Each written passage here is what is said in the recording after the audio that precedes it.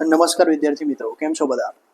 તો આજે હું તમારી સમક્ષ એક નવો વિડીયો લઈને આવી રહ્યો છું, જેમાં આજે આપણે વાત કરીશું કે જે દિવ્યાંગજનો માટે સ્ટેટ ટેક્સ ઇન્સ્પેક્ટરની એક્ઝામ લેવાય તો આપણે એ પેપરનું એનાલિસિસ કરીશું. અને મને લાગે છે કે આ જે રહ્યું એ ટફથી થોડુંક નીચું લેવલ હતું અને મીડિયમથી થોડું અબો લેવલ હતું એવું પેપર હતું. એટલે આવનારી જે જીપીએસસી ક્લાસ 1 પ્રિલિમ્સ એક્ઝામ છે તેમાં આપણે આવું પેપર એક્સપેક્ટ કરી શકીએ. હવે આની પહેલાં પણ મેં એક 15 દિવસની સ્ટ્રેટેજીવાળો વિડીયો બનાવેલો હતો. એમાં મેં કીધું હતું કે તમે હવે પછીની જે બી જીપીએસસીની એક્ઝામ આપો છો, ખાસ કરીને ક્લાસ 1 તો તેમાં યુપીએસસીના પીવાયક્યુ કરો. આ જે પેપર છે એમાં 15થી 20 ક્વેશ્ચન એ યુપીએસસીના પીવાયક્યુ પૂછવામાં આવે છે અને આવનારી જીપીએસસી ક્લાસ 1-2માં પણ ડાયરેક્ટલી અને ઇનડાયરેક્ટલી પૂછાશે. એટલે પીવાયક્યુ જે રહ્યા યુપીએસસીના એ ઘણા હેલ્પફુલ થશે. કે એટલે હું એવું કહીશ તમને કે તમે પીવાયક્યુ કરો. તો આજે હવે આપણે પેપર્સ ચેક કરીએ, જેમાં અહીંયા તમે જોઈ શકો છો તેમ આ સ્ટેટ ટેક્સ ઇન્સ્પેક્ટર ક્લાસ 3નું પરીક્ષા છે, એક્ઝામનું પેપર છે, જે 6/4 લેવામાં આવ્યું હતું. બરાબર છે. અને અત્યારે એની પ્રોવિઝનલ આન્સર કી આવી ગઈ છે. તો આપણે જનરલી સોર્સિસની વાત કરીશું કે કયા કયા સોર્સિસમાંથી પૂછ્યું. જનરલી જે નોર્મલ કોચિંગ ઇન્સ્ટિટ્યૂટવાળા શું હોય છે કે આ વસ્તુ વિદ્યાર્થીઓને નથી કહેતા કે કઈ વસ્તુ કઈ કઈ રેફરન્સ સ્ટાન્ડર્ડ બુકમાંથી પૂછાય છે. કારણ કે જો એ લોકો એવું કહી દે તો એમનું કોચિંગ ઇન્સ્ટિટ્યૂટ બંધ થઈ જાય અને પબ્લિક ડાયરેક્ટ એ મટીરિયલ વાંચવા માંડે. પણ હું જસ્ટ ફોર ચેરિટી પર્પઝ તમને એ પણ કહીશ કે કઈ કઈ બુકમાંથી ક્વેશ્ચન આવેલા છે, કે જેથી તમે જે તૈયારી કરતા વિદ્યાર્થીઓ છે, જે કોચિંગ એફોર્ડ નથી કરી શકતા, તેમને પણ આ વિડીયો મદદરૂપ થશે. તો સૌ પ્રથમ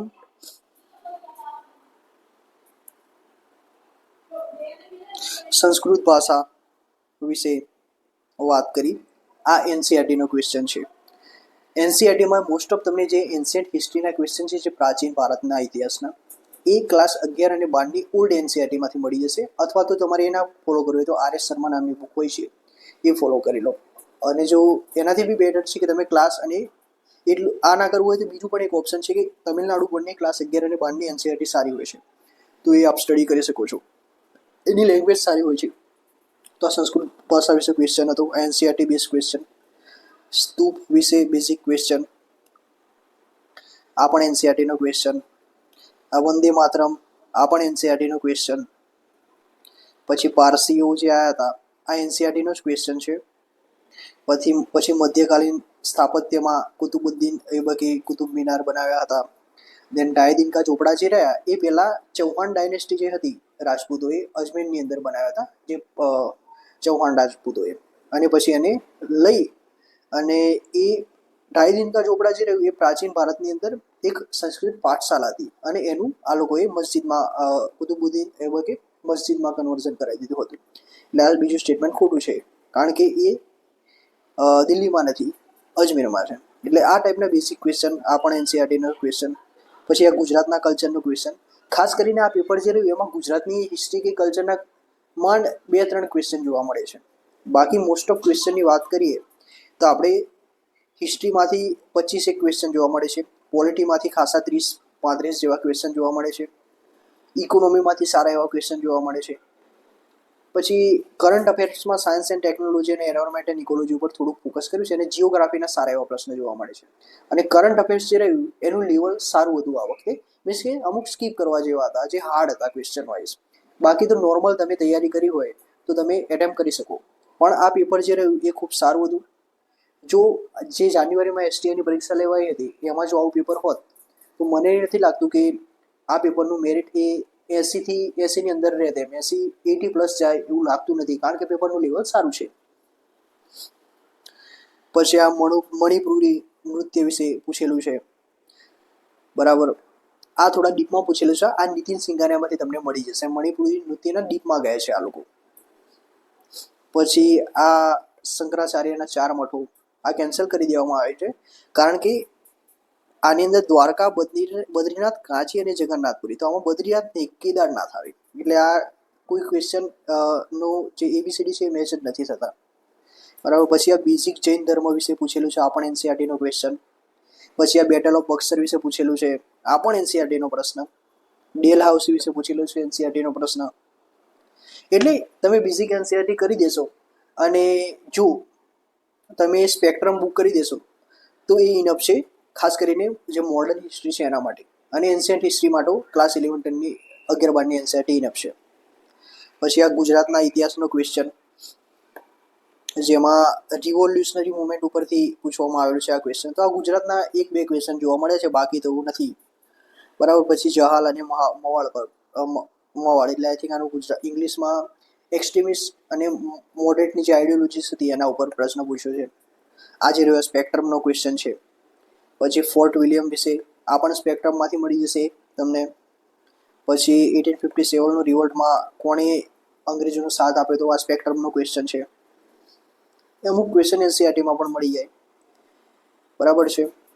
પછી આ પણ એનસીઈઆરટીનો ક્વેશ્ચન રાજા રામમોહન રાય વિશે પૂછ્યું છે. આ સ્પેક્ટ્રમનો ક્વેશ્ચન છે. જે સોશિયો રિલિજિયસ રિફોર્મ મુવમેન્ટ આવે છે એની અંદર રાજા રામમોહન રાય વિશે પૂછેલું છે. પછી આ બેઝિક સ્પેક્ટ્રમનો ક્વેશ્ચન આ બીએચયુ વિશે પૂછ્યું છે. આ સ્પેક્ટ્રમમાંથી પૂછાયેલું છે. હિન્દી રાષ્ટ્રીય મહાસભા, બરાબર છે. આ ગુજરાતના સાહિત્યમાંથી અથવા તો ગુજરાતના ઇતિહાસનો ક્વેશ્ચન છે. પછી લોર્ડ મિન્ટો વિશેનો ક્વેશ્ચન આ બેઝિક સ્પેક્ટ્રમમાંથી પૂછાયું છે.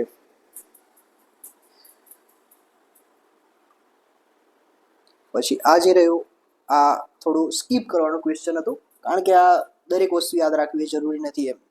આમ જનરલી ગાંધીજી આવું, જેને ગાંધીજી વિશે ડીપમાં વાંચ્યું હશે તેને આ ખબર હશે કે ઇંગ્લેન્ડે ભારત જીત્યું નથી, પરંતુ ભારતીય સેનાની તાશકમાં ભારતને ઇંગ્લેન્ડ આપ્યું.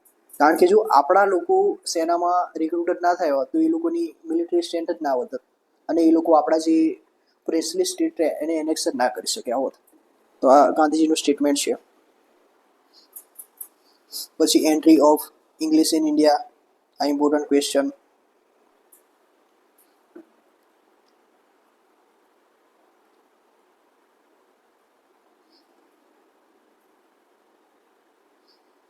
ટીપુ સુલતાન વિશે ક્વેશ્ચન, બેઝિક ક્વેશ્ચન જે તમે સ્પેક્ટ્રમમાંથી મોસ્ટ ઓફ ક્વેશ્ચન જે હિસ્ટ્રીના રહ્યા એ ઓલ્ડ જે એન્શિયન્ટ હિસ્ટ્રીના ક્વેશ્ચન છે એ ઓલ્ડ એનસીઈઆરટી 11-12માંથી છે અને મોડર્ન હિસ્ટ્રીના ક્વેશ્ચન જે સ્પેક્ટ્રમમાંથી મળી જાય તમને. પછી બ્રાહ્મણી લિપિ અને ખરોસ્તી લિપિ આ બધું શું છે એ એન્શિયન્ટ હિસ્ટ્રીનો પ્રશ્ન છે, એ એનસીઈઆરટી લેવલનો છે. 1857નો રિવોલ્ટ આ સ્પેક્ટ્રમનો ક્વેશ્ચન છે. પછી આ એનસીઈઆરટીનો ક્વેશ્ચન છે કે મગધ કેમ એટલું પાવરફુલ થયું, આ એનસીઈઆરટીનો question. Old NCERT ancient India, old NCERT ancient India. તો ટોટલ 30 પ્રશ્ન હતા જે હિસ્ટ્રી અને એમાંથી પૂછાય. આમાંથી કલ્ચરનો તો મને નથી લાગતું કે કોઈ પ્રશ્ન આ લોકોએ પૂછ્યો જોઈએ. તો નીતિન સિંઘાનેમાંથી આર્ટ એન્ડ કલ્ચરના 1-2 ક્વેશ્ચન મને દેખાય આગળ, બાકી તો વધારે એટલા પૂછ્યા નથી. અને ગુજરાતમાંથી તો કોઈ એકાદ બે ક્વેશ્ચન છે એ બી કરંટ રિલેટેડ હતા. એ બંધારણ આ લોકોએ સારું પૂછ્યું છે. બંધારણ માટે જો તમે ઇંગ્લિશમાં તૈયારી કરતા હોય તો એમ લક્ષ્મીકાંત નામની બુક પ્રિફર કરી શકો છો. અને જો તમે ગુજરાતીમાં તૈયારી કરતા હોય તો ગુજરાતમાં કોઈ પણ સ્ટાન્ડર્ડ બુક અવેલેબલ હોય છે અલગ અલગ લોકોની કોચિંગ ઇન્સ્ટિટ્યૂટની, તો તમે એ પણ પ્રિફર કરી શકો છો. બરાબર.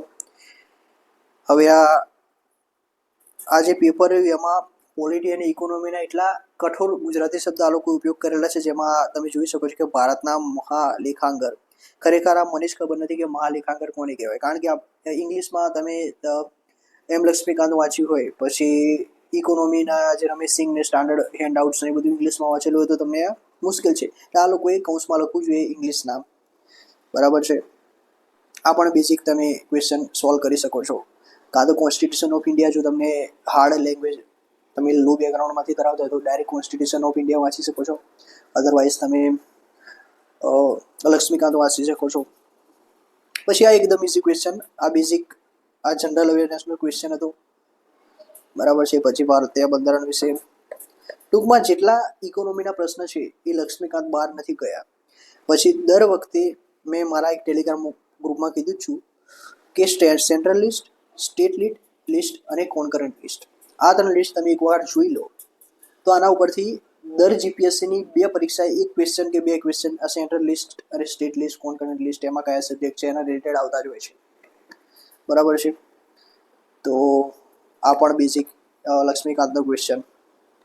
પછી આ સંયુક્ત યાદીના વિષયો વિશે વાત કરી તો આ પણ બેઝિક એનસીઈઆરટીનો ક્વેશ્ચન, જેમાં આઈ થિંક આ આર્ટિકલ 351ની વાત કરે છે. બરાબર છે.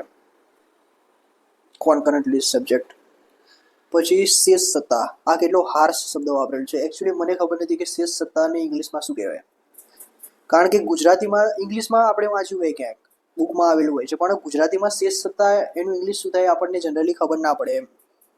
તો આ થોડું જીપીએસસી ધ્યાન રાખવાની જરૂર છે. પછી સંસદ વિશે બેઝિક ક્વેશ્ચન છે, આ આવડી શકે. પછી આ નિવારક અટકાયત, આનું ઇંગ્લિશ ગુજરાતી શબ્દ ક્યાં સાંભળ્યું નથી આપણે, નિવારક અટકાયત. તો આ લોકો ઇંગ્લિશમાં શબ્દ આપ્યો જોઈએ, કારણ કે ઇંગ્લિશમાં જનરલી આપણે કરંટ અફેર્સ એ બધામાં આ શબ્દો આવતા હોય છે. તો આ પણ જો નિવારક અટકાયતનું ઇંગ્લિશ તમે જાણતા હોય તો તમને ખબર પડે એમ, પણ મને નથી ખબર. પછી આ freedom of speech and expression ઉપરના આ ક્વેશ્ચન, ઘણા ક્વેશ્ચન તો યુપીએસસીના આ લોકોએ બેઠા બેઠા પીવાયક્યુ મૂકી દીધા છે, જનરલી ખાસ કરીને પોલિટી, અમુક હિસ્ટ્રીના આગળ જોઈએ અને ઇકોનોમીના ક્વેશ્ચન. પછી એક્સપ્લોઇટેશન વિરુદ્ધના એટલે કે આર્ટિકલ 23, આર્ટિકલ 24 એના ઉપરથી આ લોકોએ ક્વેશ્ચન પૂછ્યા છે.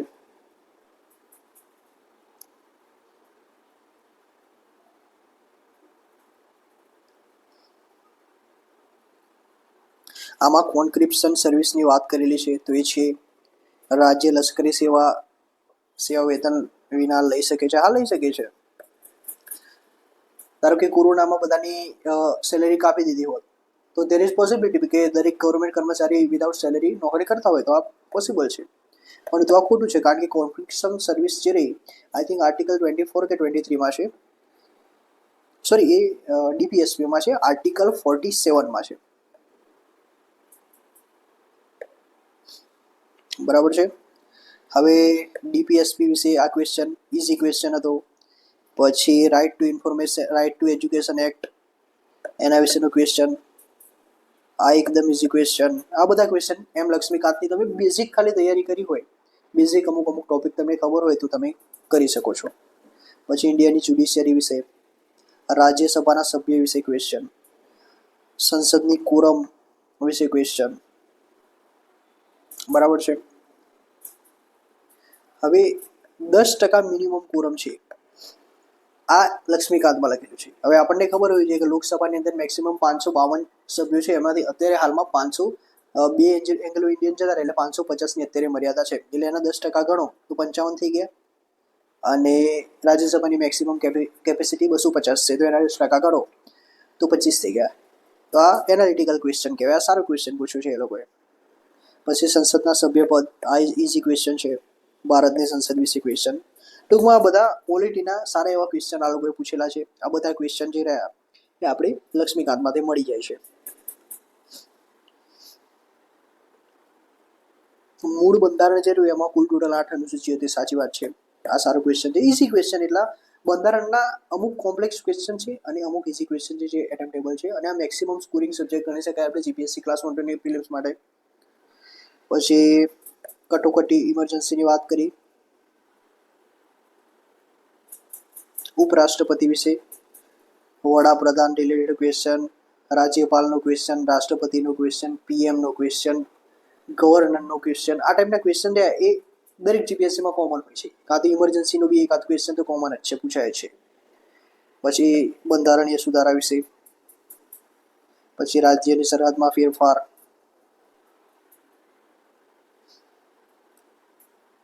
રાજ્ય જાહેર સેવા આયોગ. તો 30 ક્વેશ્ચન પોલિટીના હતા, 30 ક્વેશ્ચન હિસ્ટ્રીના હતા. સારું વેટેજ હતું. હવે આ જીઓગ્રાફીમાં ઇન્ડિયાની જીઓગ્રાફી આ લોકોએ પૂછી છે સારી એવી. ગુજરાતની જીઓગ્રાફીમાંથી કોઈ ક્વેશ્ચન નહીં, માંડ એક પેલો બોર્ડરવાળો ક્વેશ્ચન દેખાયો. બાકી મોસ્ટ ઓફ એનસીઆરટીની તમે 6 થી 11ની એનસીઆરટી કરી દો તો 6 થી 12ની એનસીઆરટી કરી દો, ખાસ કરીને જીઓગ્રાફી માટે, તો એ મોર દેન ઇનફ છે. જીપીએસસી એની બહાર નથી જતું, અને ગુજરાત માટે કોઈ સ્ટાન્ડર્ડ રેફરન્સ બુક લઈ અને એની બેઝિક ફિઝિકલ જીઓગ્રાફી આપણે કરી લેવાની છે. પૃથ્વી વિશે ઇઝી ક્વેશ્ચન, શુક્ર વિશે ઇઝી ક્વેશ્ચન. પહેલી વાત છે, શુક્ર ઉપર માનવ જીવન શક્ય જ નથી. કેમ શક્ય નથી? કારણ કે એનું એટમોસ્ફિયર, નો ડાઉટ બંને જે ગ્રહ રહ્યા એ આકાર અને ડેન્સિટી વાઇઝ સેમ છે, પરંતુ પૃથ્વીનું જે એન્વાયરમેન્ટ અને એટમોસ્ફિયર રહ્યું એ ઘણું કુલ અને કામ છે. જ્યારે વિનસ જે રહ્યું શુક્ર, એના એટમોસ્ફિયરની અંદર મોર દેન 90% તો CO2 જ છે. હવે અને ગ્રાઉન્ડ લેવલની વાત કરીએ તો ત્યાં એટલા બધા શું કહેવાય જ્વાળામુખી ને એ બધું છે કે ત્યાં હ્યુમન લાઈફ પોસિબલ જ નથી. તો આ ઇઝી ક્વેશ્ચન હતો. પછી પૃથ્વીના 7 ખંડો વિશે, આ એકદમ બેઝિક ક્વેશ્ચન, આ બી એકદમ બેઝિક ક્વેશ્ચન. એન્ટાર્કટિકા ખંડમાં ભારતના કયા બે છે? તો એક છે ભારતી અને મૈત્રી, આ બે છે. તો આમાંથી બંને નથી એટલે નાઈધર ઓફ ધી અબોવ. આ તો એકદમ ઇઝી ક્વેશ્ચન છે. પછી આ કેન્સલ થઈ ગયેલો ક્વેશ્ચન છે પણ આને આપણે સમજીએ. જેમ કે ઉત્તર હિમાલય રહ્યો તે સૌથી શું કહેવાય ટ્રાન્સ હિમાલય પછી ગ્રેટ હિમાલય આવે. ગ્રેટ હિમાલયને ઉત્તર હિમાલય પણ કહેવાય છે. એનું નામ છે હિમાદ્રી, એને હિમાદ્રી પણ કહેવાય છે. બરાબર છે. પછી જે મધ્ય હિમાલય રહ્યા એને હિમાચલ પણ કહેવાય છે. મધ્ય હિમાલય હિમાચલ, બરાબર. અને જે દક્ષિણ હિમાલય રહ્યો એને શિવાલિક કહેવાય છે. આ બેઝિક એનસીઆરટીનો ક્વેશ્ચન છે. આ ક્લાસ 11ની ફિઝિકલ જિયોગ્રાફીની તમે એનસીઆરટી જોશો તો એમાં મળી જશે તમને. પછી આપણે એનસીઆરટીનો ક્વેશ્ચન ભારતની અંદર દિવસે બેઝિક ગંગેટિક ડોલ્ફિન વિશે. એનસીઆરટી ક્લાસ 11 એની જે ફિઝિકલ જિયોગ્રાફીની બુક રહી ને એમાં ગંગેટિક ડોલ્ફિન વિશે પૂછેલું છે અને આ યુપીએસસીનો પીવાયક્યુ પણ છે. 2021 કે 22માં યુપીએસસી આ પીવાયક્યુ પૂછ્યું હતું. અને આનો સોર્સ તમને એનસીઆરટી ક્લાસ 11 ફિઝિકલ જિયોગ્રાફીની બુકમાં મળી જશે. ખાસ કરીને ઓશિયનોગ્રાફી જે આવે છે ભારતની નદીઓનો ટોપિક આઈ થિંક 4થું કે 5મું ચેપ્ટર છે. પછી લદ્દાખ વિશે, આ બેઝિક ફિઝિકલ જિયોગ્રાફી. આ લદ્દાખ જે એ મધ્ય મહાહિમાલયમાં આવેલો એક ઠંડો પ્રદેશ છે. હવે મને નથી ખબર કે મહાહિમાલયને મધ્ય હિમાલય જ કહેવાય છે, મિડલ હિમાલય ઇંગ્લિશમાં વાત કરીએ તો, પણ આ મિડલ હિમાલયનો ભાગ છે. સાચી વાત છે. સોરી, મહાહિમાલય લદ્દાખ રે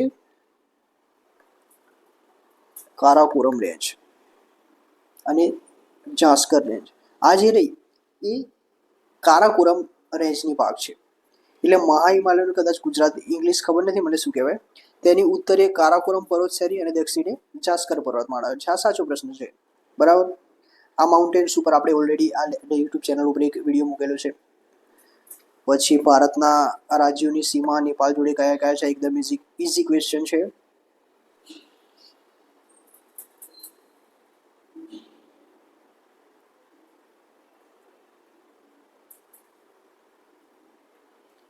પછી હડપ્પન સિવિલાઇઝેશન વિશે બેઝિક એનસીઆરટીનો ક્વેશ્ચન.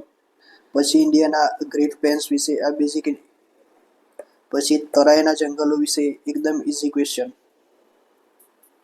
અરવલ્લીની પર્વતમાળા વિશે એકદમ ઇઝી ક્વેશ્ચન. આ બધાની ખબર છે કે આપણે માઉન્ટ આબુ ફરવા જતા હોઈએ તો અરવલ્લીની સૌથી ઊંચું જે શિખર છે એ કુરકનાથ છે. એટલે આ બીજું સ્ટેટમેન્ટ ખોટું છે, પહેલું સાચું છે. ભારતના ધાર્મિક સમુદાયો એકદમ બેઝિક ક્વેશ્ચન. હવે જૈન અને બુદ્ધ સૌથી નાના ધાર્મિક સમુદાયો છે. ખોટી વાત છે, કારણ કે આમનાથી નાના બી પારસી છે. પછી આ એકદમ બેઝિક ક્વેશ્ચન, ઇઝી ક્વેશ્ચન છે. આ બધા ઇઝી ક્વેશ્ચન. ખરીફ પાક, રવિ પાક, જૈદ પાક, આ એનસીઆરટીમાં તમને બધું મળી જશે. પછી આ સારો ક્વેશ્ચન, ઇઝી ક્વેશ્ચન. ગૃહ ઉદ્યોગો. પછી આ ડીએસ વિશે પૂછેલો છે ક્વેશ્ચન. આવા જનરલી સ્કીપ કરવાના, પણ અહીંયા આપણને ખબર છે કે વિશ્વ પર્યાવરણ દિવસ એ બધાને ખબર છે કે 5 જૂને આવે છે. તો અહીંયા 50-50 આવી ગયા તો આપણે ગમે તે ટીક કરી શકીએ, કારણ કે પ્રોબેબિલિટી વાઇઝ આપણું સાચું પડવાની શક્યતા વધારે છે. પછી સારસ ગ્રેન વિશે પૂછેલું છે આ લોકોએ, આ યુપીએસસીમાં પૂછાયેલું છે પ્રશ્ન. પછી આ કાજીરંગા, થારનું રણ, કાના, તો બધા બેઝિક ક્વેશ્ચન છે એન્વાયરમેન્ટમાં આવડવા જોઈએ તમને. નેશનલ પાર્ક ક્યાં આવેલા છે બધા. પછી આ ગુજરાતનું વન એન્ડ ઓનલી માત્ર એક જિયોગ્રાફીમાંથી આવેલો ક્વેશ્ચન, ઇઝી ક્વેશ્ચન હતું, કારણ કે આપણને ખબર છે કે ખેડા લેન્ડલોક કન્ટ્રી છે. પછી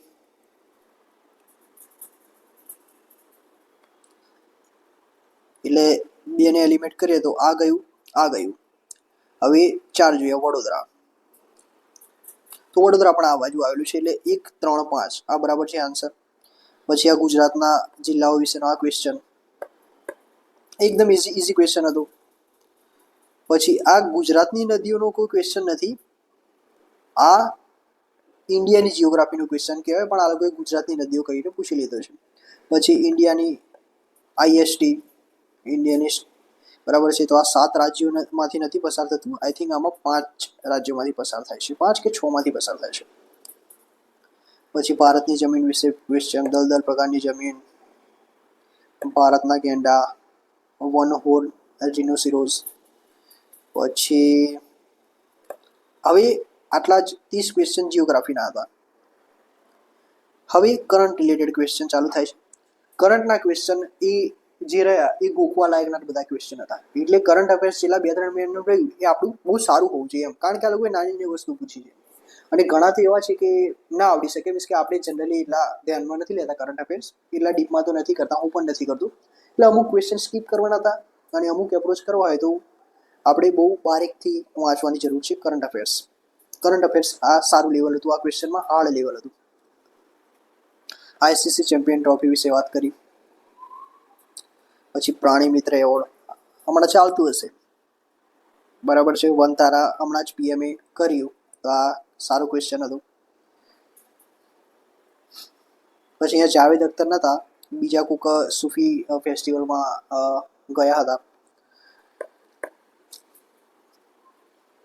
આ કરંટના ક્વેશ્ચન. ઉત્તરાખંડના ચમોલીમાં ભૂસ્ખલન થાય છે, ત્યાં બદ્રીનાથ આવેલું છે, સાચી વાત છે. પછી ત્યાં એક બાયોસ્ફિયર રિઝર્વ પણ આવેલું છે, great Himalayan biosphere reserve. NASA વિશે ક્વેશ્ચન. આ કરંટનો આ આવડવો જોઈએ, જેમ કે તનુષ્કા સિંહ પ્રથમ જગુઆર ફાઇટર જેટમાં ઉડવનારી મહિલા હતી. આ એકદમ ઇઝી ક્વેશ્ચન છે.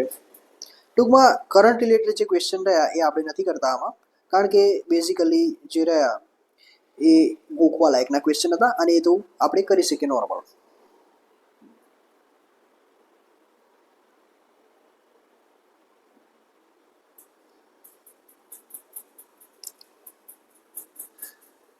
બરાબર છે. તો 29 સમથિંગ ક્વેશ્ચન જે રહ્યા એ કરંટના હતા. હવે મેથેમેટિક્સની વાત કરીએ તો મેથેમેટિક્સના બહુ સારા ક્વેશ્ચન છે. જીપીએસસી ક્લાસ 1-2માં મેથેમેટિક્સના ક્વેશ્ચન છેલ્લે એટેમ્પ કરવાના. છેલ્લું આઈ થિંક અડધો કલાક જેવું તો તમારે વધશે. અડધો કલાકમાં આરામથી 20 ક્વેશ્ચન આપણે કરી શકીએ જે આવડતા હોય. અને આ જે ક્વેશ્ચન રહે એકદમ સારા, બહુ વ્યવસ્થિત ક્વેશ્ચન. પહેલાંના જેમ નથી કે આમ આડેધડ રેન્ડમલી કોઈ બી ક્વેશ્ચન મૂકી દીધા. આ બહુ એનાલિટિકલ ક્વેશ્ચન, જેમ યુપીએસસી સીસેટની અંદર ક્વેશ્ચન પૂછે છે એ ટાઈપની આ ક્વેશ્ચન પેટર્ન છે, જે ખૂબ સારી છે, મને ગમી છે. અને આપણે આના માર્ક્સ જવા ના દેવા જોઈએ. આ ડેટા સફિશિયન્સીનો ક્વેશ્ચન છે, આ પણ ડેટા સફિશિયન્સીનો ક્વેશ્ચન છે. ટૂંકમાં બધા સારા ક્વેશ્ચન છે. આ એકદમ સરળ ક્વેશ્ચન, સારો ક્વેશ્ચન છે. આ વર્ક ડનનો ક્વેશ્ચન છે, સારો. આ એફિશિયન્સીનો ક્વેશ્ચન છે. પછી આ જે પઝલ છે, બરાબર છે. આવા સારા ક્વેશ્ચન 1-2માં પૂછાઈ શકે. એટલે મેથેમેટિક્સ આપણે છેલ્લે કરવાનું છે. અને મેથેમેટિક્સને એપ્રોચ કરવા માટે આપણે છેલ્લા સીસેટના આપણે વાત આના પહેલાંના વિડીયોમાં મેં કીધું હતું 15 દિનની સ્ટ્રેટેજી માટે, એમાં કે 2015થી 2024ના સીસેટના ક્વેશ્ચન કરી લઈએ આપણે તો મેથેમેટિક્સ અને રિઝનિંગ આપણા માટે એકદમ ઇઝી છે. પછી આ પઝલનો ક્વેશ્ચન. પછી આ જે રહ્યો એ વેન ડાયાગ્રામ અને એનો ક્વેશ્ચન છે. આ એકદમ સારો ક્વેશ્ચન. આ સીસેટનો મિત્રો પીવાયક્યુ, આ જે ક્વેશ્ચન રહ્યો એ સીસેટનો પીવાયક્યુ છે, બરાબર છે. અને 2022-23માં પૂછાયેલું છે. પછી આ એકદમ સરળ સારો ક્વેશ્ચન મિત્રો. આ ક્વેશ્ચન રહ્યો એ યુપીએસસી સીસેટનો પીવાયક્યુ છે.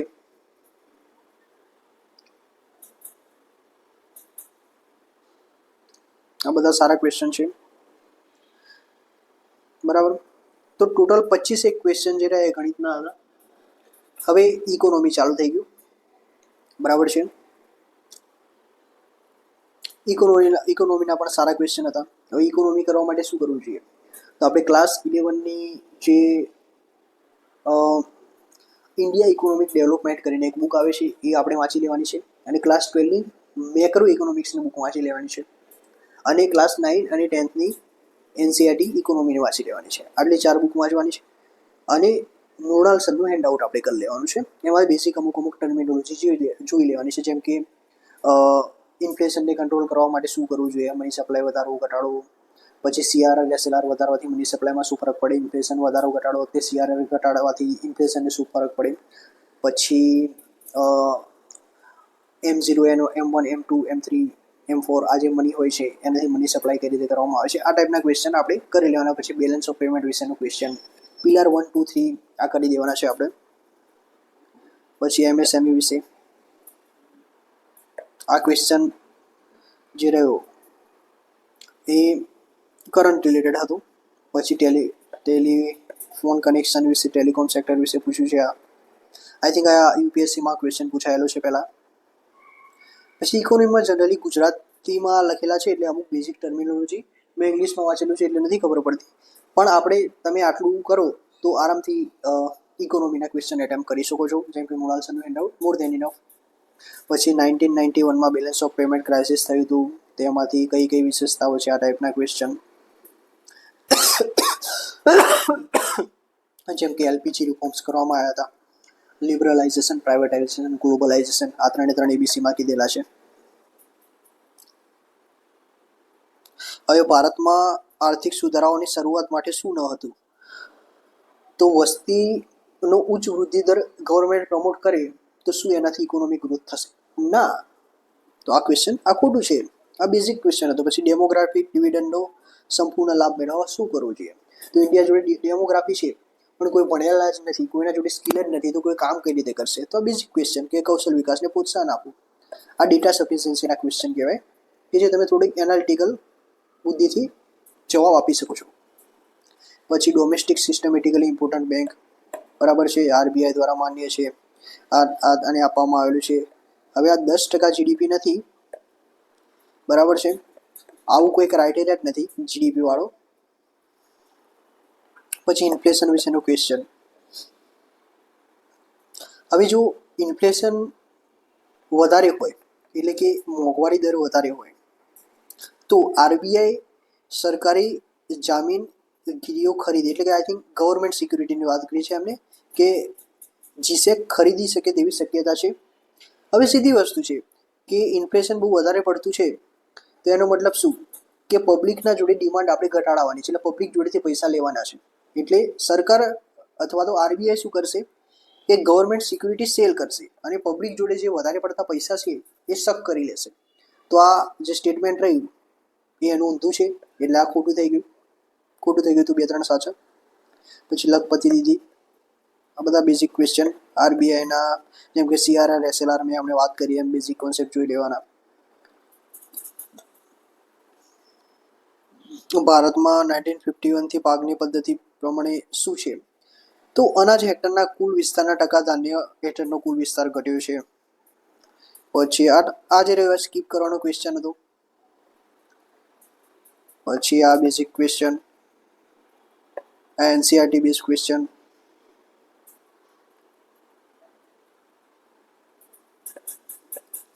પછી આ એનસીઆરટી બેઝ ક્વેશ્ચન અત્યારે ડોનાલ્ડ ટ્રમ્પે લગાવ્યું છે, ટેરિફના આધારે આ લોકોએ ક્વેશ્ચન પૂછ્યો છે. આરબીઆઈના ગવર્નર વિશે ક્વેશ્ચન, ઇન્ડિયાની એગ્રીકલ્ચર એક્સપોર્ટ વિશેનો ક્વેશ્ચન, પછી વ્હાઇટ રિવોલ્યુશન વિશે, ગ્રીન રિવોલ્યુશન વિશે ક્વેશ્ચન, પછી 1950થી 90માં શું હતું, આ ટાઈપનો ક્વેશ્ચન. પહેલી વાત હતી કે ઔદ્યોગિકરણની પ્રક્રિયાનું કેન્દ્ર બિંદુ નિકાસને પ્રોત્સાહન કરવાનું ના, કારણ કે આપણે એલપીજી રિફોર્મ્સ પહેલાની વાત કરીએ છીએ, પહેલા તો આપણે ક્લોઝ ઇકોનોમી રાખતા હતા, તો આ ખોટું થઈ ગયું. પછી આ ખાનગીકરણ વિશે ક્વેશ્ચન છે, આ એમએસપી રિલેટેડ ક્વેશ્ચન છે, આ સારી વસ્તુ છે, આ બેઝિક ક્વેશ્ચન છે. પછી પ્રધાનમંત્રી ફસલ બીમા યોજનાને આઈ થિંક હમણાં જ 2016માં ચાલુ કરી અને 9 વર્ષ કમ્પ્લીટ થયા, એટલે આ ન્યૂઝમાં હતું, એટલે આ તો બેઝિક આપણને આવડવું જોઈએ. પછી જીડીપી જીએનપીની વાત કરી, મેં તમને કીધું કે ક્લાસ 12ની મેક્રો ઇકોનોમિક્સની એનસીઆરટીમાં જીડીપી જીએનપીની ડેફિનેશન આપેલી છે, એના ઉપરથી ક્વેશ્ચન પૂછાયું. પછી એફડીઆઈની પણ એમાં વાત કરેલી છે.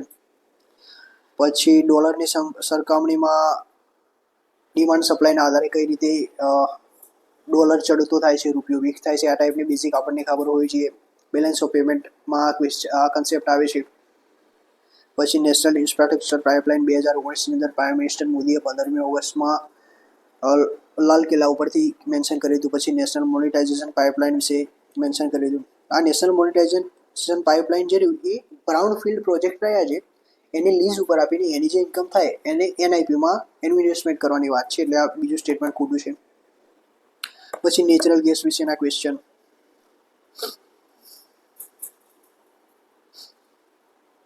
સીધી વસ્તુ છે કે જ્યારે પણ ઓઇલ અને નેચરલ ગેસની વાત કરવામાં આવે તો એમાં ગવર્મેન્ટની અંદર આ સ્ટ્રેટેજિક સેક્ટરમાં આવે ઓઇલ નેચરલ ગેસ. એટલે ગવર્મેન્ટનું એના ઉપર પ્રભુત્વ વધારે છે, ગવર્મેન્ટ કંપનીઓ વધારે છે. જેમ કે HPCL છે, ઇન્ડિયન ઓઇલ છે, BPCL છે, એવી ઘણી બધી કંપનીઓ છે. તો ઓઇલ એન્ડ નેચરલ ગેસમાં પબ્લિક સેક્ટર કંપનીનું, પબ્લિક સેક્ટર એન્ટરપ્રાઇઝીસનું પ્રમાણ વધારે છે. પછી સાયન્સ એન્ડ ટેકનોલોજીની આ શું કહેવાય, સારું ક્વેશ્ચન છે. પછી આ વર્લ્ડ ઇકોનોમિક ફોરમ વિશે ક્વેશ્ચન પૂછવામાં આવ્યા, કરંટ રિલેટેડ ક્વેશ્ચન હતો. પછી મેઘનાથ શાહ, આ કરંટ રિલેટેડ ક્વેશ્ચન હતો. હવે આ મને ખબર જ નથી બરાબર ક્વેશ્ચનમાં, પણ હવે એમને ભૌતિકશાસ્ત્રમાં નોબેલ પુરસ્કાર મળ્યો છે. આપણે જનરલી નોબેલ પુરસ્કાર વિશે વાંચતા હોઈએ તો એમાં જનરલી આમનું નામ તો ક્યાંય દેખાતું નથી. તો બીજો ખોટો ક્વેશ્ચન છે, એટલે એક એલિમિનેટ થઈ ગયો ક્વેશ્ચન. પછી ઇન્ટરનેશનલ એસ્ટ્રોલોજીકલ યુનિટ એના પ્રમુખ બનનાર તેઓ પ્રથમ ભારતીય વૈજ્ઞાનિક હતા. હવે IUUના કોઈ ઇન્ડિયન બને જ નથી પ્રમુખ, તો આ પણ ખોટું થઈ ગયું ક્વેશ્ચન. થર્ડ તો આવી ગયું, તો કાં તો એ કાં તો ડી, બેમાંથી એક આવે. હવે આ જનરલ સ્ટેટમેન્ટ છે તો આપણે એ ટીક કરી શકીએ, કારણ કે આપણે 50-50 આવી ગયા. પછી national cyber security policy CERTIN, આના ઉપર છેલ્લી 3 GPSCમાંથી, જેમ કે જાન્યુઆરીમાં STI લેવાતી એમાં પણ ક્વેશ્ચન હતો. પછી GSCSCLની જે લેવાય એમાં પણ એક ક્વેશ્ચન હતો. પછી હમણાં 16 માર્ચે લેવાય GSની, એમાં પણ આ ક્વેશ્ચન હતો. આ પૂછાય જ છે નેશનલ સાયબર સિક્યુરિટી પોલિસી. પછી RBIની વાત કરી, સેન્ટ્રલ બેંક ડિજિટલ કરન્સી એની વાત કરી. આ કરંટનો ક્વેશ્ચન, કરંટ પ્લસ ઇકોનોમીના મોસ્ટ ઓફ જે બેઝિક કોન્સેપ્ટ છે CRA SLR વાળા એ જનરલ થિયરીમાંથી પૂછાય છે, અને જે 60% ક્વેશ્ચન છે એ કરંટ રિલેટેડ પૂછાય છે.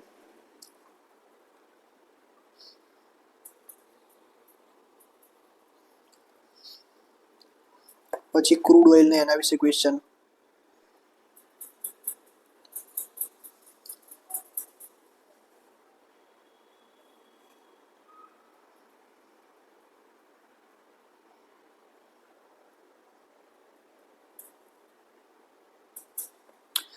આજે રહ્યો આ કરંટનો ક્વેશ્ચન છે.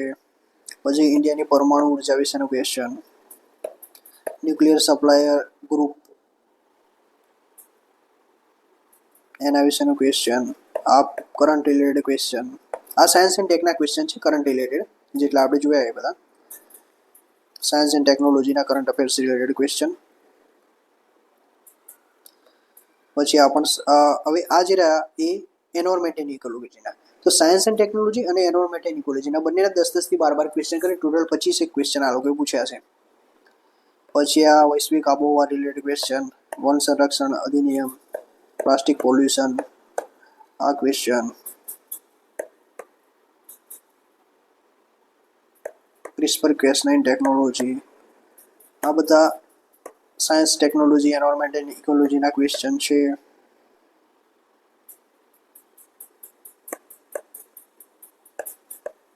બરાબર છે.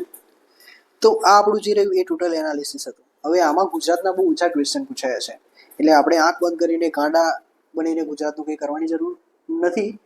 કરવાનું છે પણ એટલું ઘૂસવાનું નથી. એમ આપણે જે બેઝિક કન્સેપ્ટ છે, જેમ કે કરંટ અફેર્સમાંથી સારા એવા ક્વેશ્ચન પૂછાય છે તો એને સારું એવું પ્રેફરન્સ આપવાનું છે, અને બાકીના કોર સબ્જેક્ટ જેમ કે હિસ્ટ્રી, પોલિટી, જિયોગ્રાફી, ઇકોનોમી એને સારો એવો ટાઈમ આપવાનો છે. તો આપણો વિડીયો જે હતું, હું આશા રાખું છું કે તમને થોડી ખબર પડી છે સોર્સિસને આ બધા વિશે. આવતા નેક્સ્ટ વિડીયોમાં આઈ થિંક GPSC ક્લાસ 1-2નું મેન્સનું સિલેબસ આવી ગયું છે, એટલે આપણે આ પ્રિલિમ્સ પછી થોડા 2-3 દિવસ પછી હું ફ્રી પડીશ, એને રિલેટેડ આપણે એક વિડીયો બનાવીશું.